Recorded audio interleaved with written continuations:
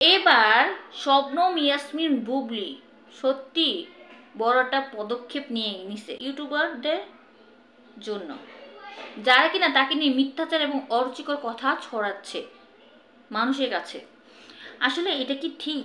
কতটুকু যুক্তিকর? এই যে আমরা যে কথাটা বলি, কথাটা তো ভেবে চিন্তে তারপর তো বলা লাগবে যে জিনিসটা আসলে কি বললে ঠিক হবে কিনা। একটা মানুষের সম্বন্ধে যা আসে মুখে তাই বলে দেওয়াটা কি ঠিক?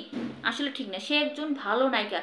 শবনম ইয়াসমিন বুবলি কিন্তু খুব ভালো অভিনয় জানে এবং সে আমাদেরকে খুব সুন্দর সুন্দর ছবি উপহার দিচ্ছে। সমস্যা কোথায়? সে তো মানে ধরতে গেলে শাবনূরের কিছুটা কিছুটা ফ্লেভার তার ভিতরে আমরা পাই। সুন্দর একজন নায়িকা, কিউট একটা নায়িকা। পারিবারিক যে সমস্যাগুলো তাদের ভিতর হচ্ছে শাকিব খান, অপু বিশ্বাস এবং বুবলি, এরা যদি সমস্যা নিয়ে থাকবে, পরিবারের সবারই কম বেশি সমস্যা হয়। কেউ বলতে পারবে না যে তার পরিবারে কোনো সমস্যা নেই।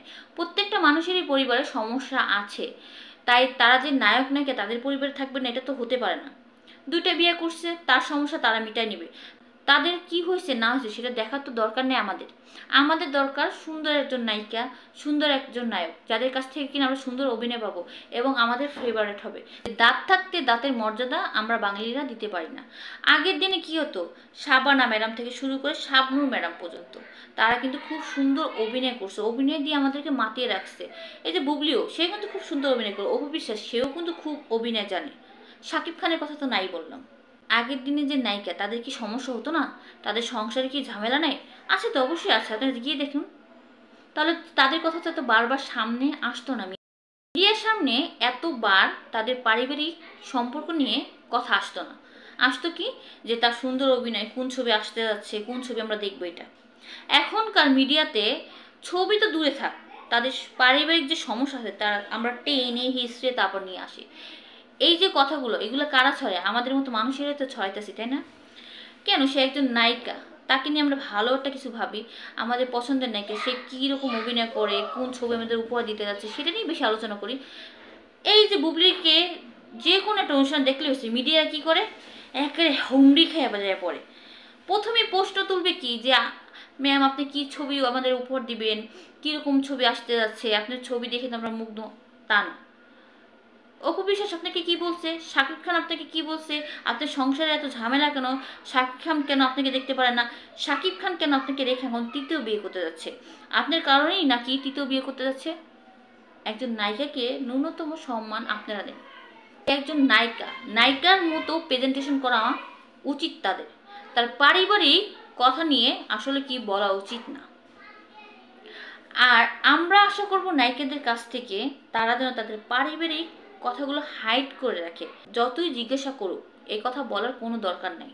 সে নায়িকা হিসেবে আমাদের সামনে পরিচয় দিবে, সে তার অভিনয় ফুটিয়ে তুলবে, তার অভিনয় আমাদেরকে মাতিয়ে রাখবে।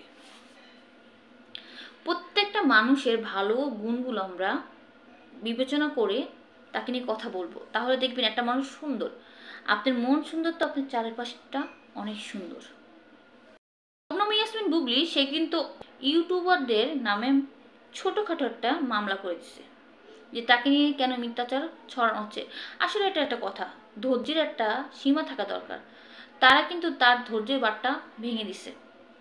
তাই সে করছে এই জিনিসটা, যাতে করে পরবর্তীতে তাকে নিয়ে খারাপ কোনো কথা না বলা হয়, তাকে নিয়ে মিথ্যাচার যেন না ছড়ানো হয়। আমরা চাই আমাদের বাংলাদেশটাকে সুন্দর করে প্রেজেন্টেশন করব সবার মাধ্যমে। এখন আমরা যদি বুবলি, অপু বিশ্বাস, শাকিব খানের নামে যদি বদনাম ছড়াই, আমরা নিজের মানুষ হয়ে যদি বদনাম ছড়াই, তাহলে অন্য জায়গার মানুষগুলো তো তারাও তো তাদেরকে নিয়ে খারাপ মন্তব্য করবে এবং আমাদেরকে গালাগালি করবে, আমাদের দেশটাকে নিয়ে খারাপ চিন্তা ভাবনা করবে তারা, যে আমাদের দেশের মানুষ ভালো না। আমরা কি সেটাকে চাবো? অবশ্যই নিজের পায়ে নিজে কুড়ালটা মারতে আমরা কেউই চাই না। আপনার মূল্যবান মতামতটা অবশ্যই আমার কমেন্ট বক্সে কমেন্ট করে দেবেন। কোথা থেকে দিচ্ছেন সেটা অবশ্যই জানাবেন। সবার জন্য অনেক দোয়া এবং শুভ কামনা রইল, যাতে সবাই সুস্থ থাকেন, ভালো থাকেন। আর আমার জন্য অবশ্যই দোয়া করবেন। আল্লাহ হাফিজ।